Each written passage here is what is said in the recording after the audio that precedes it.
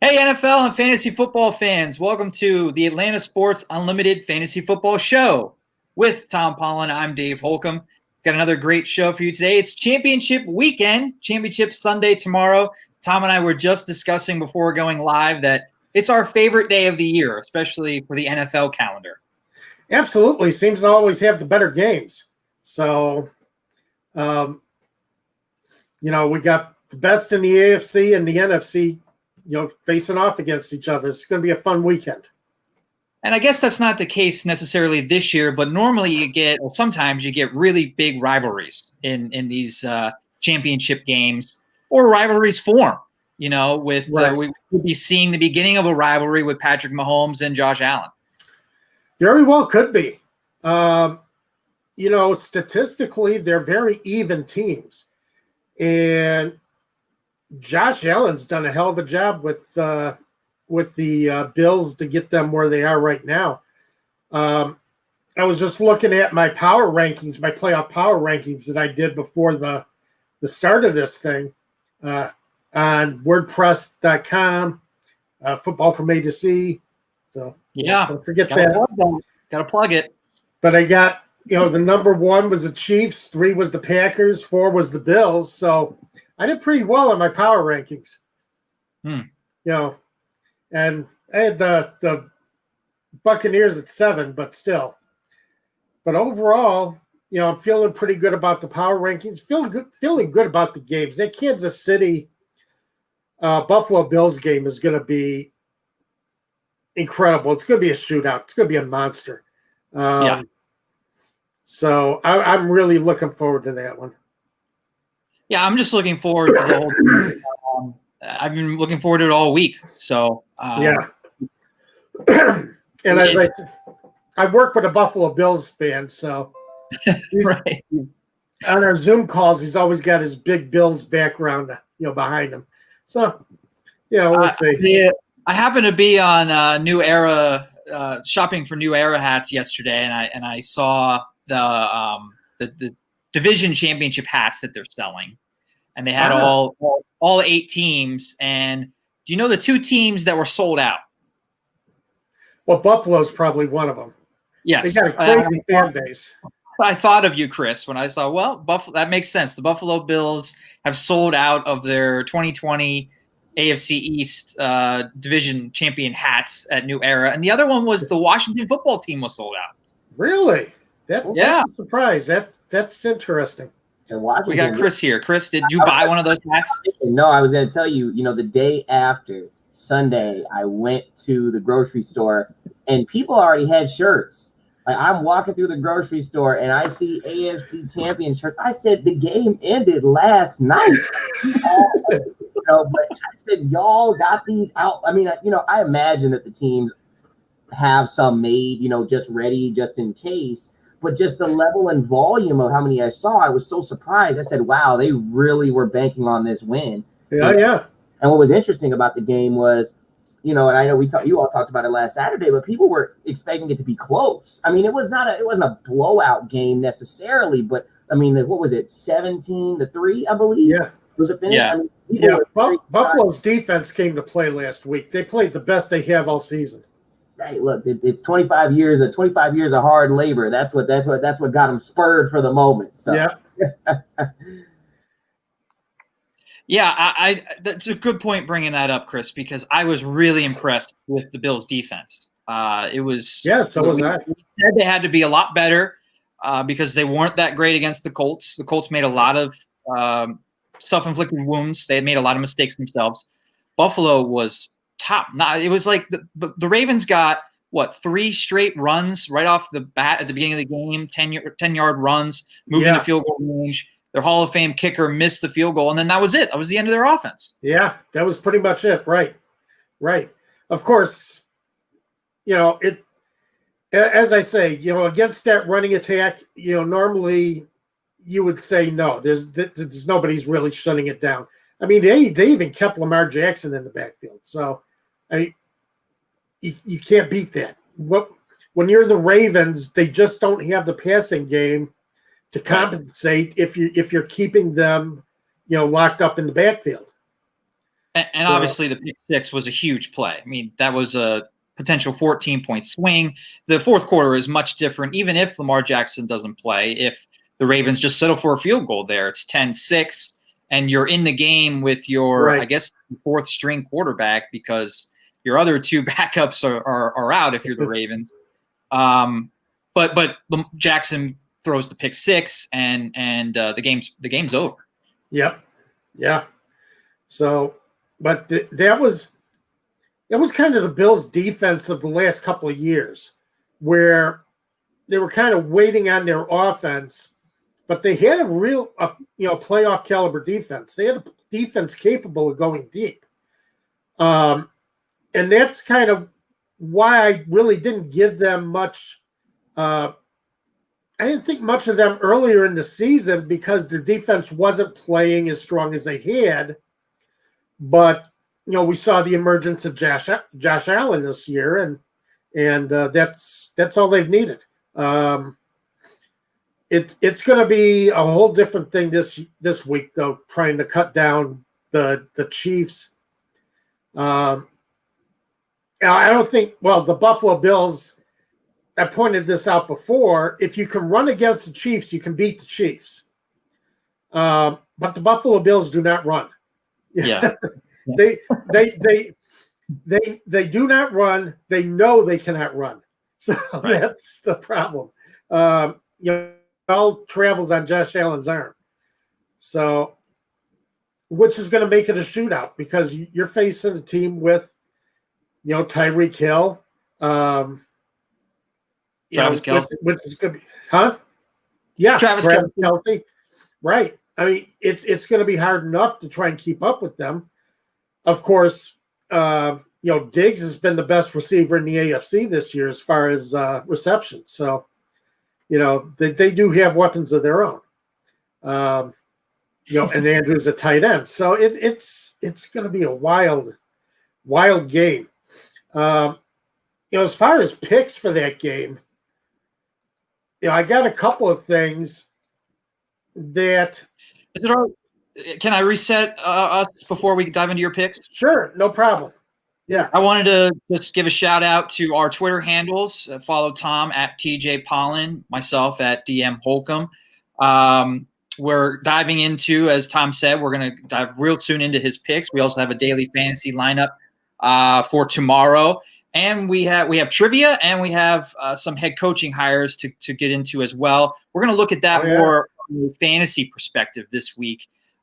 Kind of say how that impacts maybe dynasty players that you have, or looking ahead already to redraft leagues next year. What these new head coaches bring to the table, and maybe if they're defensive coaches, have they hired an offensive coordinator yet? Because that's far more important, obviously, when it comes to fantasy football. But we're ready to go. It's championship weekend. I've got a nice collared shirt on. I shaved.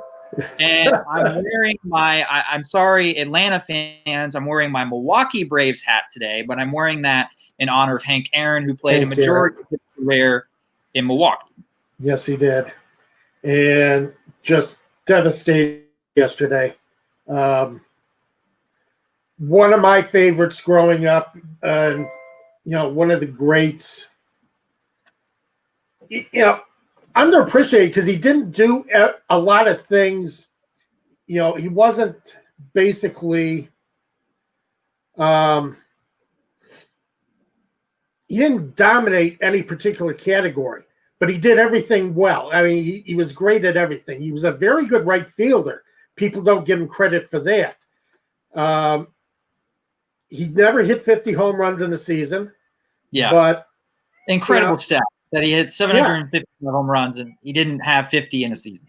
I know it's crazy. I mean, his best season was 47.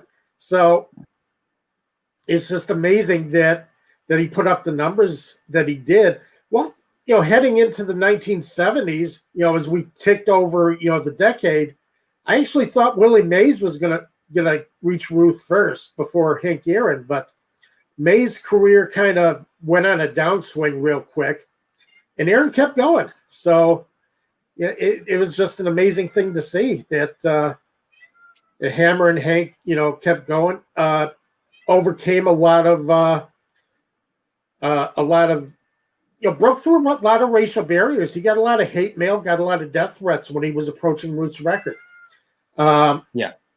And really, handled it with a lot of grace, a lot of class. And, I remember him hitting 715. It was, it's amazing. Vince Scully on the call. It was an incredible thing to watch. And I'm just happy that I was able to watch part of his career. I didn't get to see all of it. I didn't get to see his early years, but I was privileged to watch about 7 or 8 years of his career, and and I say privileged, and I mean privileged. So it hurt yesterday to see that he passed. It hurt for me too, and I never saw him play, so I think that speaks to the impact that he's had on the baseball community. And I can want to summarize it real quick, and then we'll dive back into football. We throw around the term hero too often when we describe sports players, but Hank Aaron was a hero. Barry Bonds called him a hero yesterday, and I think that was an appropriate term to label Hank Aaron a hero. He really was a giant figure in that sport. Yeah, the way he went about his business during his career and after his career, it was just, as I say, just complete class. One of the greatest people you'd want to meet from what I've read on online, and somebody who set an example for a lot of players. Absolutely. And my fan club in Delaware is telling me the hat is casting too much of a shadow on my face. So I am going to take the hat off now. Okay. So maybe the lighting will be a little bit better, although I haven't nailed down my lighting yet. Sorry to my fan club in Delaware. Delaware. So let's dive into your picks now, Tom. All right. That sounds good. The first game is going to be Tampa against Green Bay. And we all remember what happened the first time these two teams played in Week 5. Green Bay jumped out to a quick 10-0 lead, and that was it. Rodgers threw a pick six, threw an interception on his next possession, which Tampa Bay turned into a touchdown, and ran away with the game. So, however, that was back in what was October. So October, yeah. But the thing is, you got the Packers, who are one of the highest scoring teams in the NFL. You can't put that down. They're first in points per play, first in points per drive, second in net passing yards per attempt. So, Rodgers is never hesitant to throw that ball downfield, and he's got the receivers to do it with Devontae Adams and Allen Lazard, and so he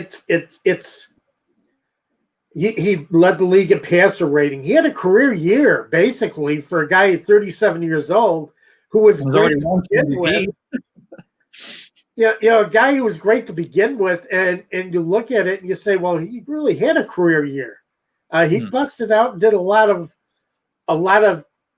It might have been one of the best seasons of his career, all together with passing yards, touchdowns, his touchdown to interception ratio. But, they got Green Bay has a great offensive line. Their ability to protect Rodgers is great, to get Aaron Rodgers room. I don't think it's going to be much of a running game, though, because Tampa's defense is very good against the run. And force Green Bay is going to force Rodgers to connect through the air, but he has those weapons. He can connect through the air. And I am taking the Packers. The Packers are 3.5 point favorites. I'm taking the Packers in this game. Let me see what the over-under is at now, because I would actually be very tempted to take the over in this game too. Over-under is 52 points. And I would say take the over with the two teams and the way they're playing offense through the month of December. Take the Packers to win, take the over, and you should be good on that one. I do have, once we talk about the Bills and Chiefs, though, I do have some prop bets I want to give you. Actually, okay. let's do the Packers right now. And I want to see what you think of some of these. Okay. Now, some of the proposition bets for this, one of the best odds is Devontae Adams to score the first touchdown in the game. So if you bet $100, it's called plus 525. Means if you bet $100, you get $525 back. Wow. Okay. So, and Devontae Adams has scored the first touchdown in a game 4 of the last 5 games. Wow. So that sounds like a pretty good bet. Yeah, that's a nice one. You got $100 that you want to bet and spend on them. Get out of the way there. I think she likes the bet too. I think she does. Yeah, she's up here. She's all ready to go. An Aaron Jones TD. Bet 100, get 115 back, or you win 115. So those aren't great odds. Robert Tonyan TD is plus 150. Well, that's 115 over your 100. So okay, all right. A Leonard Fournette TD is plus 190. You get $190 for a $100 bet. I like that one more because the Packers defense struggles sometimes against the run. It's been better lately, but overall they haven't been strong against the run this season. Well, that's true, and that's why that's great odds. Then there's also a bet for an Antonio Brown TD, but he's not going to be playing this weekend. So don't go for that bet. No, that one's not going to go. But it's also one of the reasons why Fournette is on there is because he scored a touchdown in his last 4 road games. He scored at least 1 touchdown. So, pretty good odds there. There's some nice odds on some of those that you can get in on and maybe pick up a little extra money because a lot of the trends say that these are good bets. So, yeah, those are very interesting. If I was a betting man, I'd go for some of them. You got to start putting your money down in some of these games. I like the Devontae Adams and the Leonard Fournette ones. Those are the 2 I would go for. Yeah, so do I. I like that Adams one too, because it always seems like Rodgers is looking for Adams in the end zone on the first drive. So, yeah.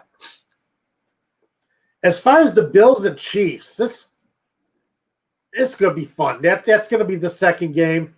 We'll already know who the NFC representative in the Super Bowl is going to be.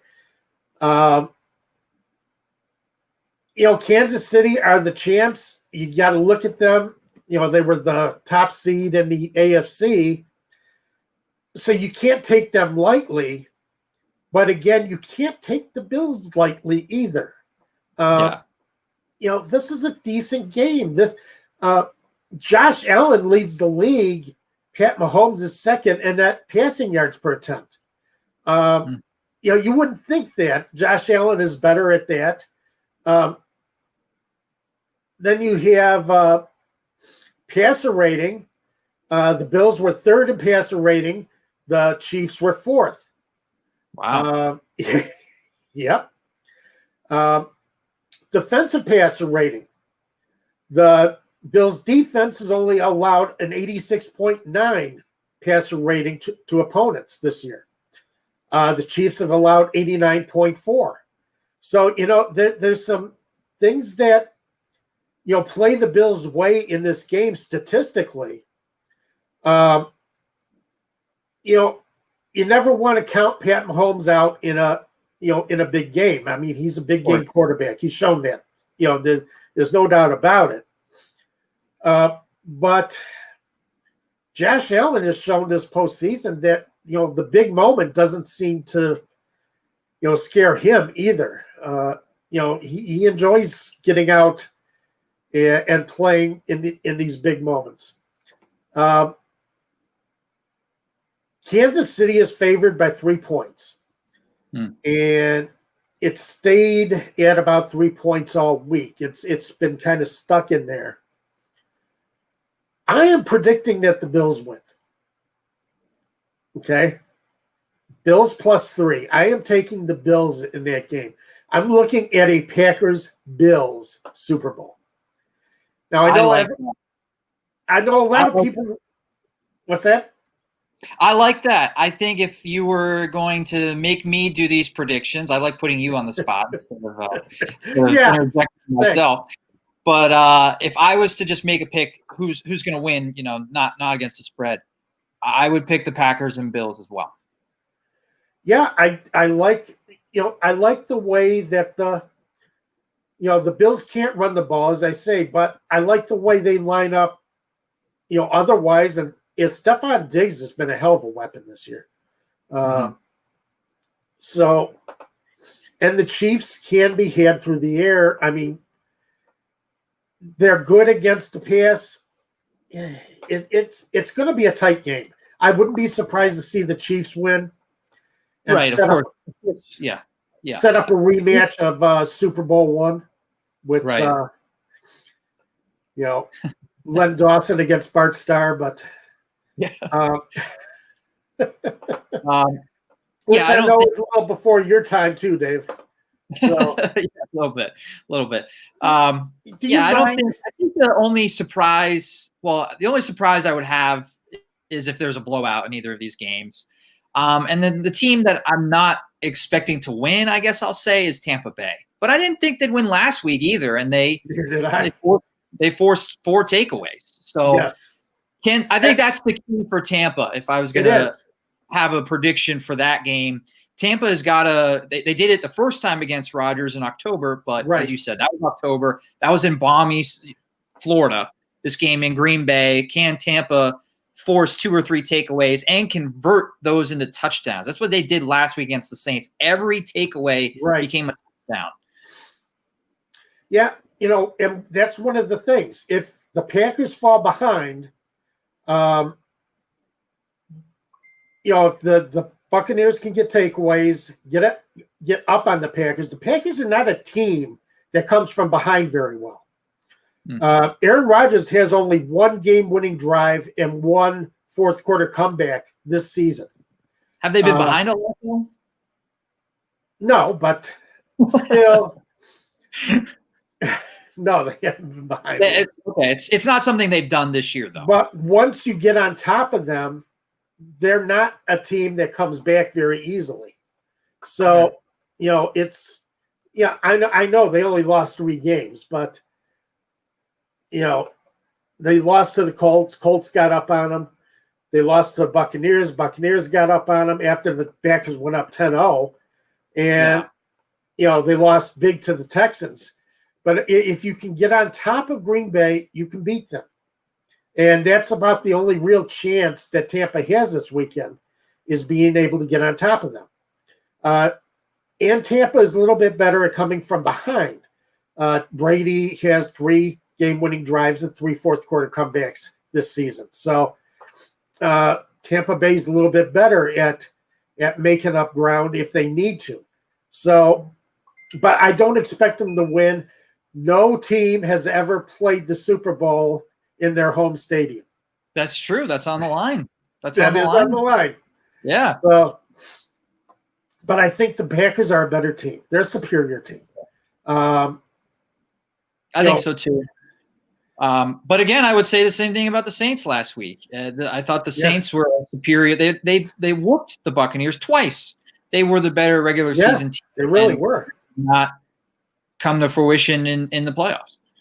Yeah, it seemed like, I don't know, Drew Brees never really had it that game. And I don't know what was going on, but he struggled for sure. He struggled badly.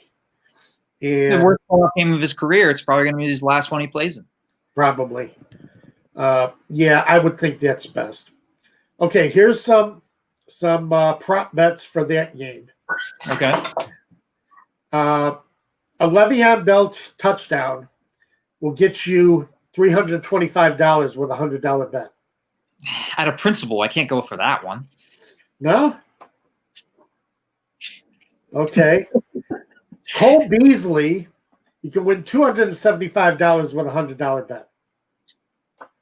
He's had a great season. How's his health, though? I haven't checked on. Has he been practicing this week? I don't think he's on the injured list this week. Okay. So you got, let's see. Says Beasley has scored a TD in 3 of his last 5 games when facing the AFC West. So, okay. Hey, when you start looking at betting trends, you can go really deep in.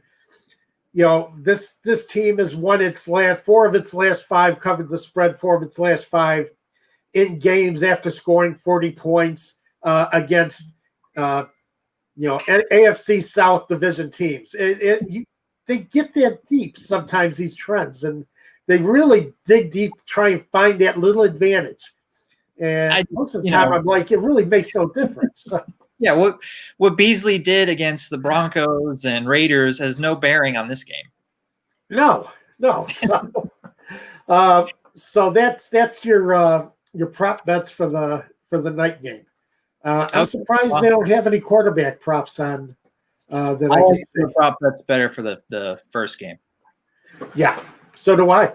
I like the Devontae Adams one, and I like the Fournette one. I actually like the Tanyan one because Rodgers seems to look for Tanyan down near the goal line when they're in the red zone. Absolutely. Yeah. 11 touchdowns this year, I think. Yeah. So, I like the fact that I think and the Packers do get into the red zone quite a bit. And I like the fact I like the bet that says that Tanyan's going to get at least one ball, one touchdown. And, as I say, Rodgers looks for him quite a bit. So I like that one. So there you go. Yeah, those are great picks. One other opinion I have for this weekend's game, if you don't mind me going on maybe a little bit of a rant. I don't like how the NFL has – I think they've been doing this for a long time. This is nothing new. But part of what should be an advantage of being a higher seed is playing the day earlier. The number 1 seeds last weekend should have played Saturday. And it's probably not going to matter because Patrick Mahomes has been cleared. He practiced Friday. But wouldn't it have been an advantage if he was cleared Thursday rather than yesterday? And he'd have an extra day of rest, an extra day of practice. And they're the number 1 seed. I get that it's right. They wanted the Bills and Ravens in primetime, I guess, and the Chiefs and Browns Sunday afternoon. I don't know how they determine the what the TV ratings are going to do at what times, or if the networks have a say in what teams they get. All that stuff I get as factors. I don't know. But they have to change this. They have to change it to if you are the top seed. It's the same for the wild card round as well. If you're the top seed, you got to play earlier. Because wild card weekend, you had the Bills. They were the highest seed wild card weekend. They got to play in the first window. The Steelers were the 3rd seed. They played in the last window. And if the Steelers advanced, they're playing a whole 36 hours later. At least the Bills were the higher seed in that case. But the NFL didn't give the same advantage to the Saints. The Saints played Sunday, and the Buccaneers played Saturday night. Yes. Did that happen in last week's game? I mean, who knows? But it's you play all season. You try to get home field advantage. But one of the big advantages we've all seen this year because of coronavirus messing up timing of games and some teams having less time to prepare or more time to prepare for certain games this season, we're seeing that when games are played matters based on how much time you have to prepare or how much rest you have for the next game. And that has to change where the highest seed gets more time rest. I won't argue with you. I think that's a good thought. I had never actually thought of that. Never occurred to me that was the way it was done. But I can't argue with you, Dave. I think that's a good good way of looking at it. And I don't know who you're going to get to listen to about it. Yeah, I get I'm probably arguing into a void. Nothing's going to change. The NFL wants that Pittsburgh Cleveland matchup Sunday night because of the TV ratings. So, Well, that's it exactly. Yeah, you know, rivalry game, first game for the Browns in the playoffs in 20 years, and that's And last week they wanted Brady and Breeze in the Sunday night window. So right. It's the same thing. So unfortunately, I'll probably be complaining about it next year as well. But I think it's a clear disadvantage that is some teams get it, some teams don't, and I guess it's just another thing you have to overcome. If you're the Chiefs, you got to overcome that you had one less day of rest, even though you're the higher seed and should have the advantage in this game. But fortunately, we will have Mahomes. Yes, they will have Mahomes. I don't know. I don't think anybody ever thought Mahomes wouldn't be playing in this game. Well, I mean, I know he's tough enough to get out there and play, but I mean, the concussion protocol, you just don't know. You got to clear your the concussion protocol. But yeah, I mean, even though Chad Henne did a heck of a job closing out that game against the Browns. He did. I wouldn't want him to start a playoff game, but if you have to rely on him, rely on him for a quarter, yeah, he showed that he can. And you already have a lead. You can. The one pass had a lot of, that took guts. It really did. It did. It did. That's why you don't count Andy Reid out of anything. So. Yeah, and it's another reason why backup quarterback can't be overlooked either. In this salary cap era, you usually try to get a cheap backup, right? And I'm not saying that's a bad idea, but backup quarterbacks can be very important. Yeah, they can be. But, even announcers, Jim Nantz and Tony Romo didn't think that they were going to snap that ball in 4th and 1. Right. Yeah. Tony Romo went crazy. Absolutely crazy. So, that's just wild. That's why I say you can't count Andy Reid out of anything. But I still think the Bills do have some advantages that people don't look at. So, I'm going to take the Bills in that game. Packers, Bills. I'm there with you as well. I am there with you. Bills, in their 5th Super Bowl. We'll see if they can actually win one. Yeah, they got to get rid of that goose egg in the win column in Super Bowls. But we want to hear from our listeners out there. Who do you think is going to win the 2 games? You could give us a prediction against the spread. You can give us just who's going to win the game prediction. Who do you want to win? Are there any Bills Mafia people that want to fight Tom or I about our well, I guess they shouldn't be fighting me. I picked the Bills to win. Oh, sorry. They should love our picks. My mistake. So, but if there are any Bills Mafia people out there or any other if Chiefs Kingdom, I guess, should be taking issue with us, let us know. Send us a comment. You can tweet at us as well.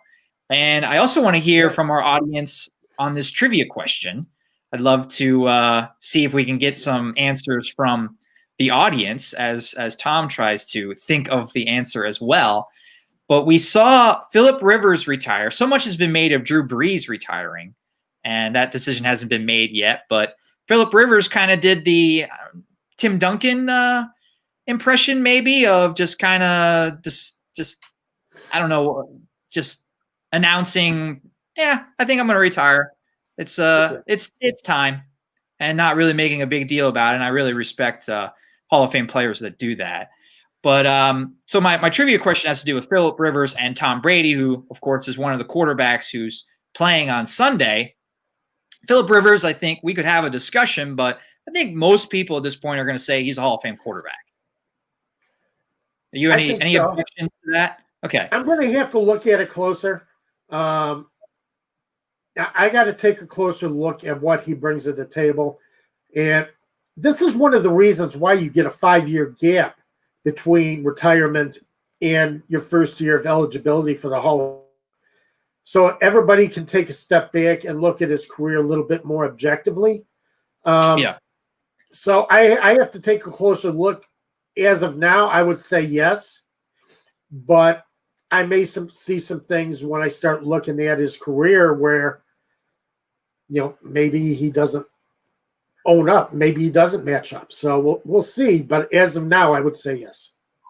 So I think that's the general consensus. I think there's some people that would maybe argue the point. He didn't win enough playoff games. He didn't win the Super Bowl. He didn't even make it to a Super Bowl. Things of that nature. But generally, he's a guy that's definitely in contention for being in the Hall of Fame.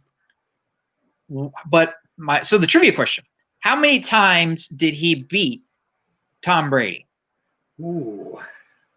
Tom Brady, of course, widely regarded as the greatest quarterback ever. Definitely a Hall of Famer, but another potential Hall of Fame quarterback from his era. How many times did Philip Rivers beat Tom Brady, including the playoffs? I don't think Chris, he ever beat him in the playoffs. If you want to guess, Chris, you can as well.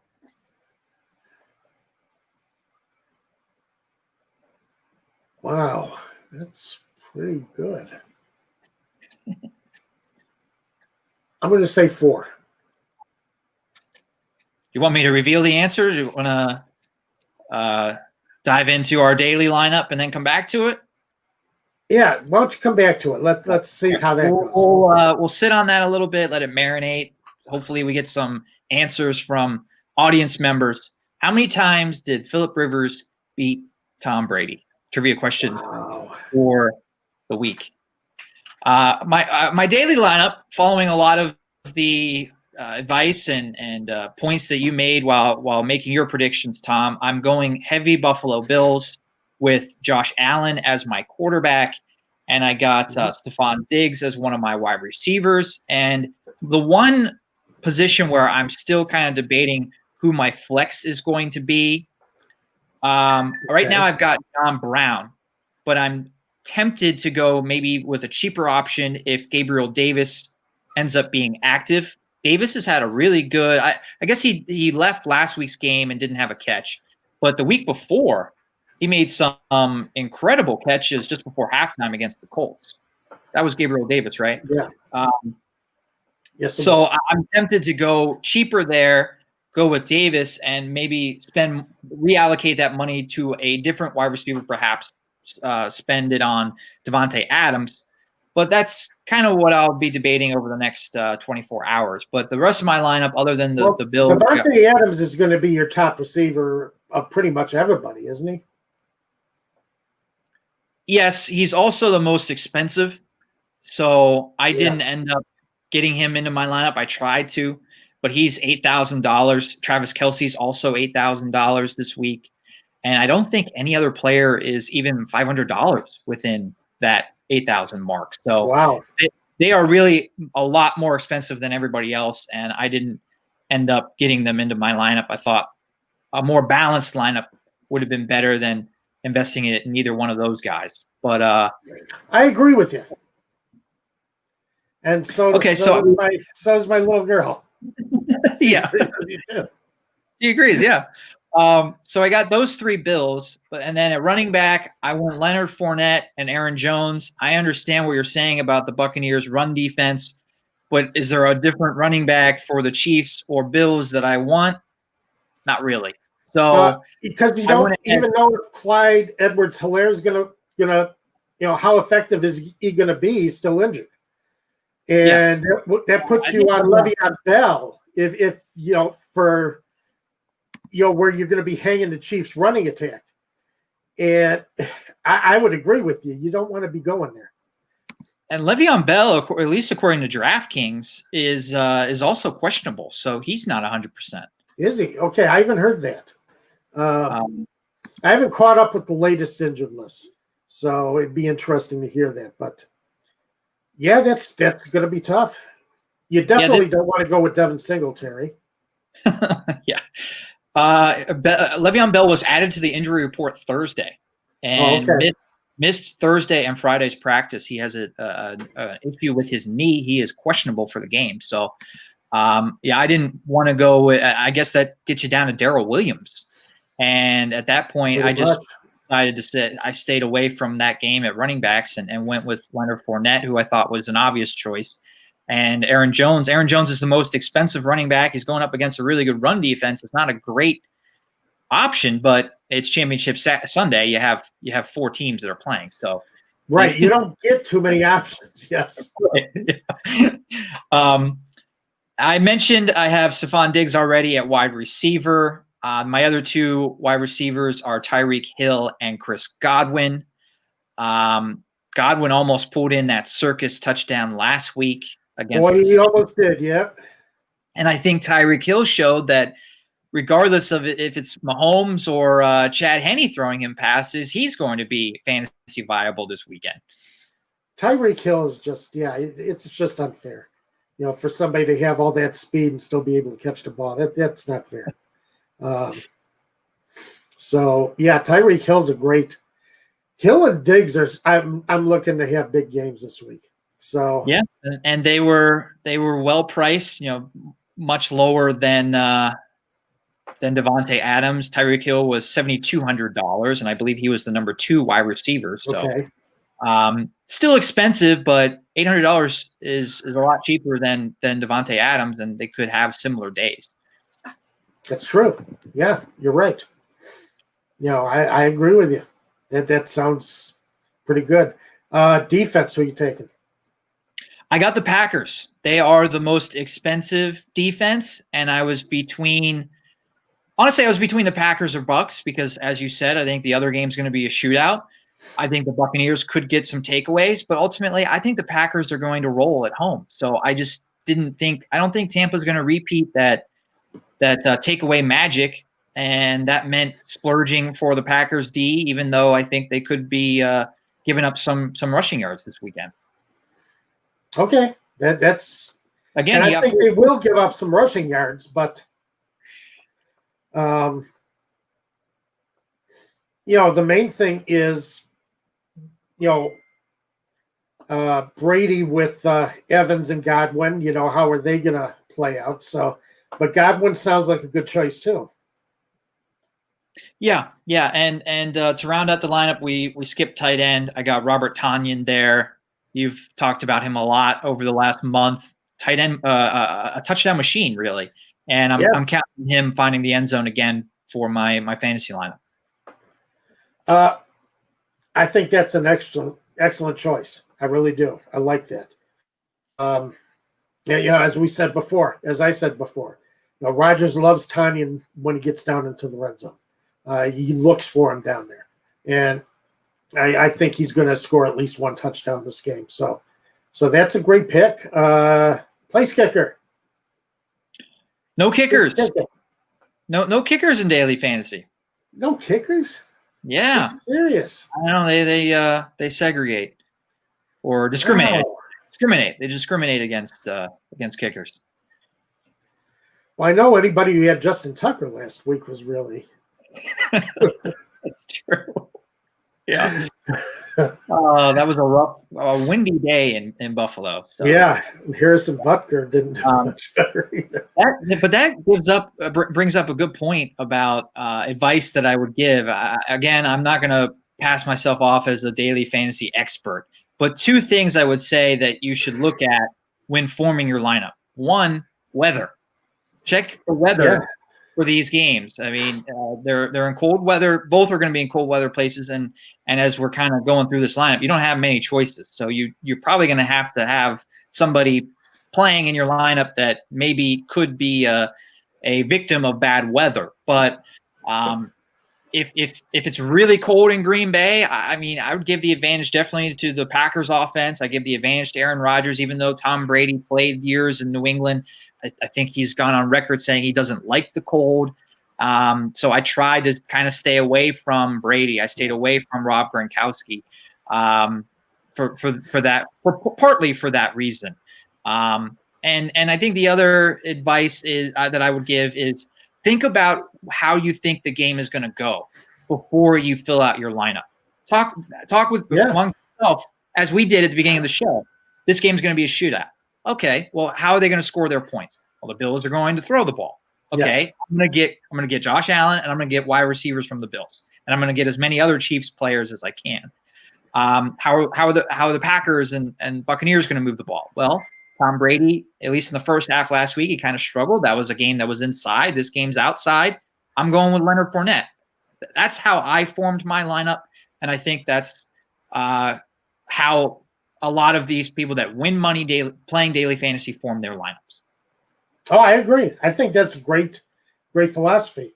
Weather forecasted for tomorrow in Green Bay is 28 for a game time temperature, 30% chance of snow flurries. So we'll see how it plays out.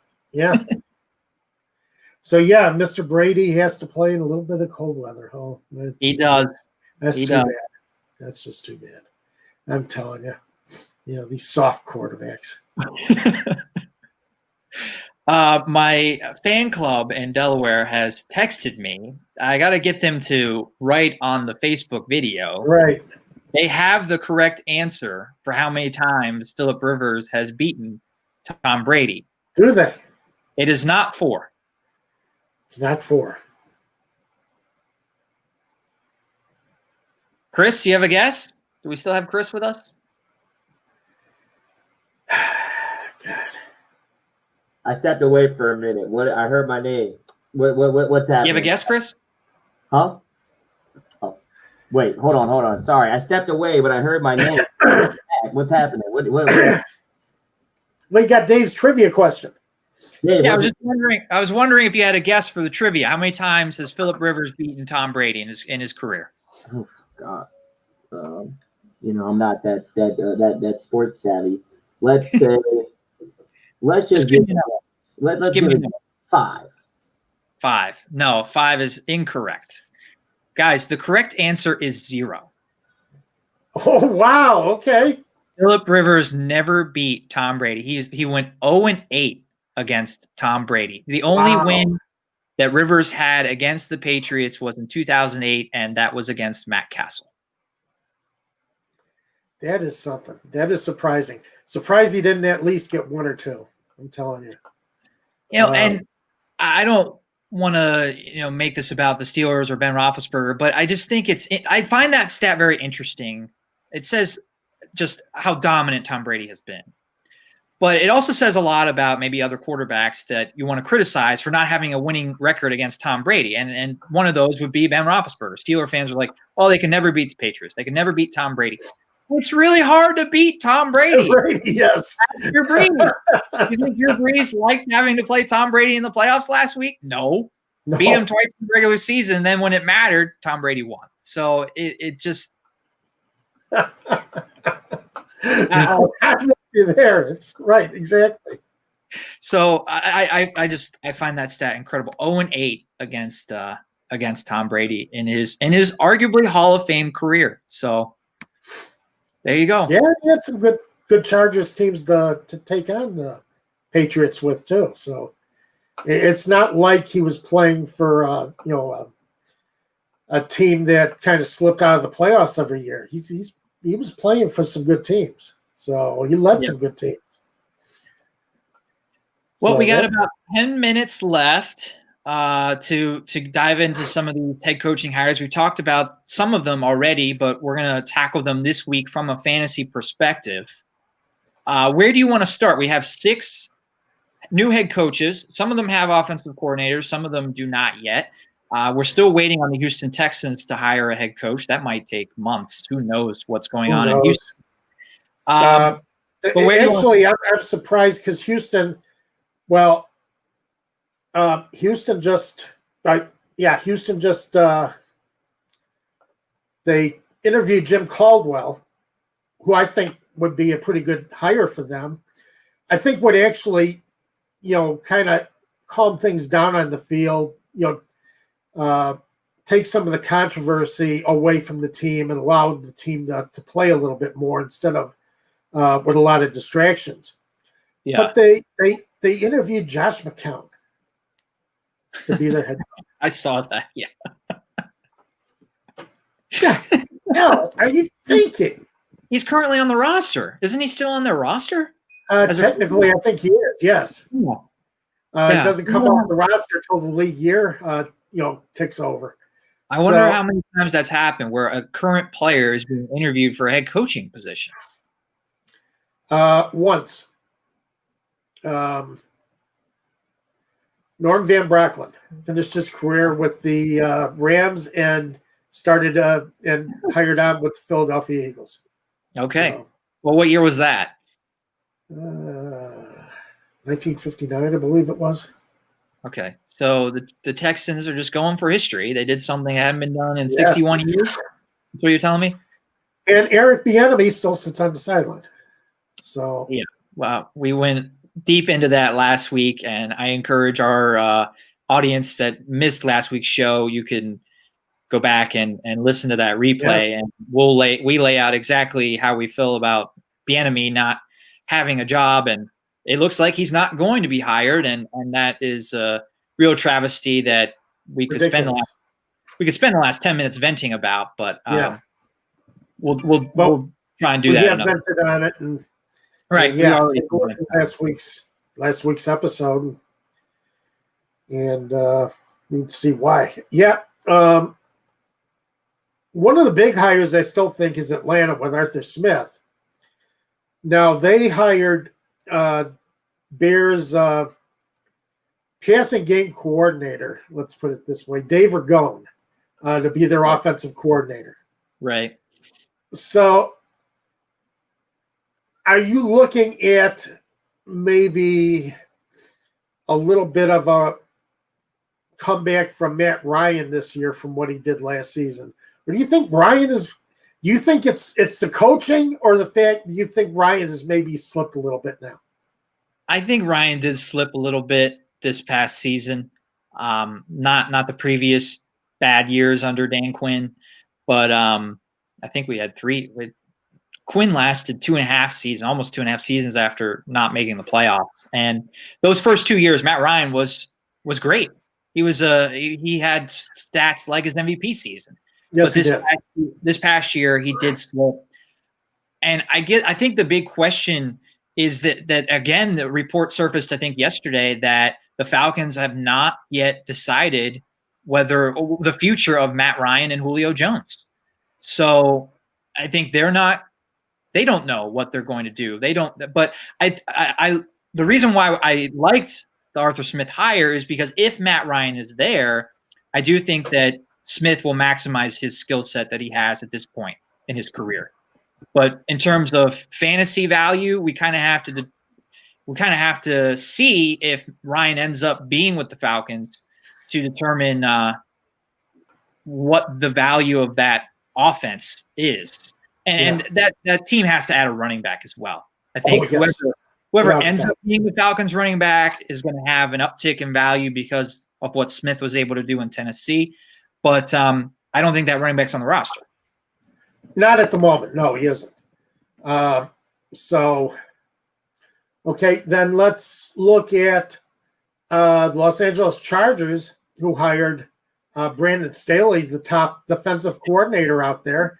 Now you got the best, pretty much what everybody considers the best rookie quarterback who played this past season. And the Chargers have not hired an offensive coordinator yet, correct? Not that I'm aware of, no. So it's an incomplete grade. We can't really say one way or the other. I mean, maybe Staley comes in and brings a more conservative mindset to the offense, which would not be good for Justin Herbert, would not be good for Keenan Allen or Austin Eckler. You want a more aggressive offense, and I think they could be aggressive with the stars they have, and Herbert rising as a signal caller in this league. So that, I guess, that's a concern. Hiring a defensive guy, and now as a fan, I root for the Steelers. I like defense, so I like teams that hire defensive coaches. But seeing a 1-year defensive coordinator who's the color of my skin get hired over an offensive coach that's been the offensive coordinator for many years in Kansas City, who's not the color of my skin, is we already vented about it, but it's just it's going to bug me all off season. And this is one of those hires that is just like, I don't agree with it. Well, you got this wonderful rookie that you need to be developing now. And it's going to be interesting to see who they get as offensive coordinator, because now I've seen some people say, well, yeah, Staley did play quarterback in Division III football or something like that. So I'm like, he was coaching Division III football like 3 or 4 years ago. So yeah, I mean, fantastic defensive guy. He did wonders with the Rams this past season. Yeah, but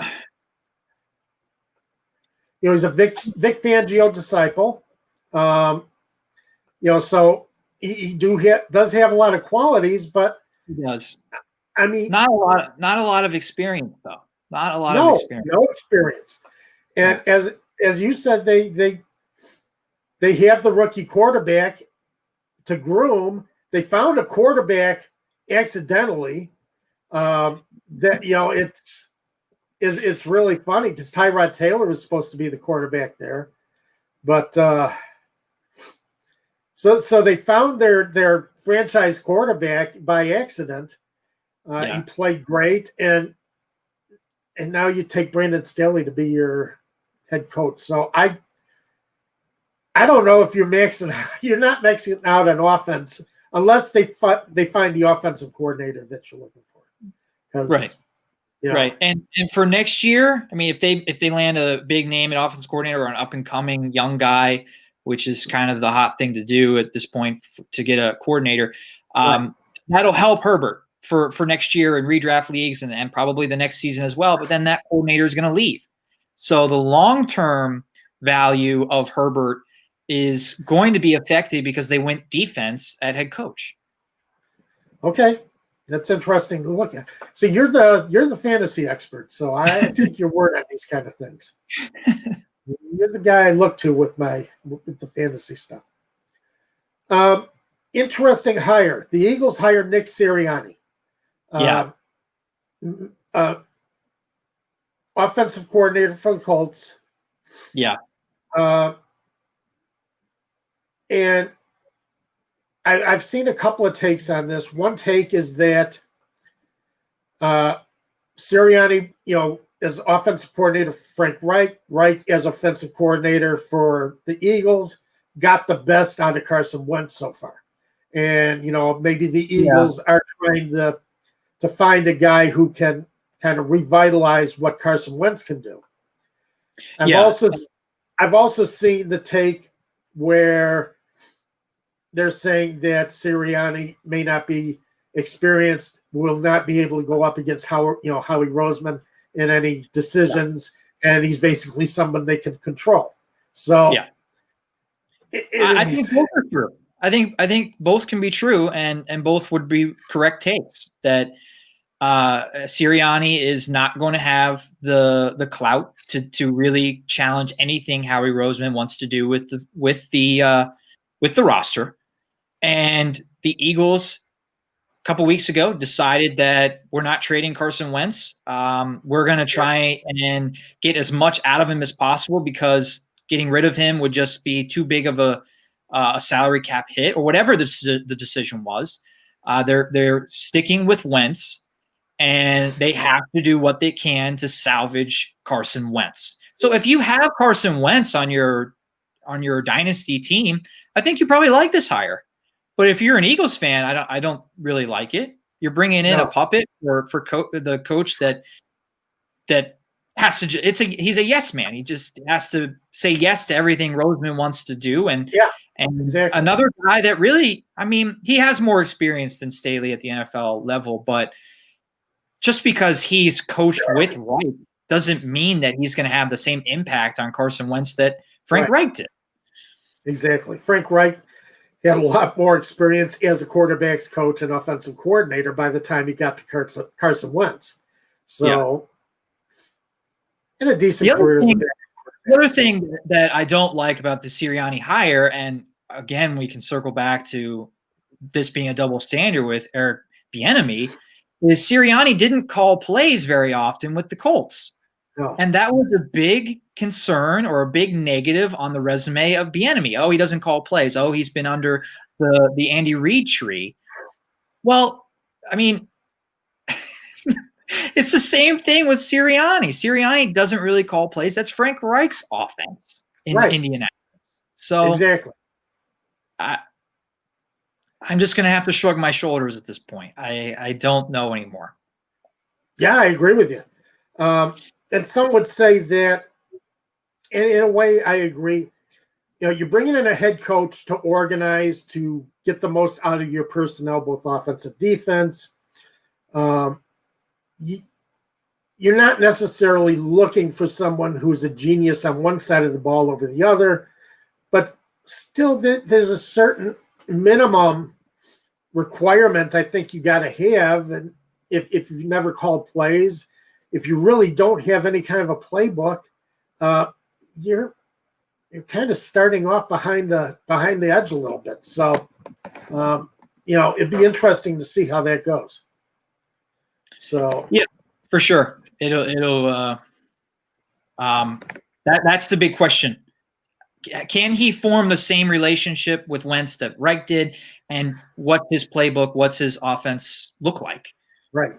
Calling plays, or who calls plays? Does he hire somebody to call plays? It's going to be interesting to see again who comes in as offensive coordinator. Yeah. Any other names you want to get to real quick before we wrap up? Dan Campbell. Yeah, we got to get. Especially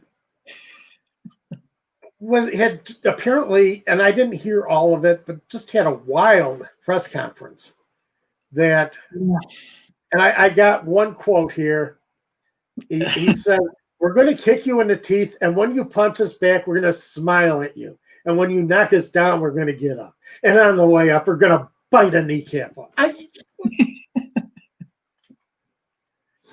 I think he thinks he's actually coaching real live Lions. That's what I took away from that quote.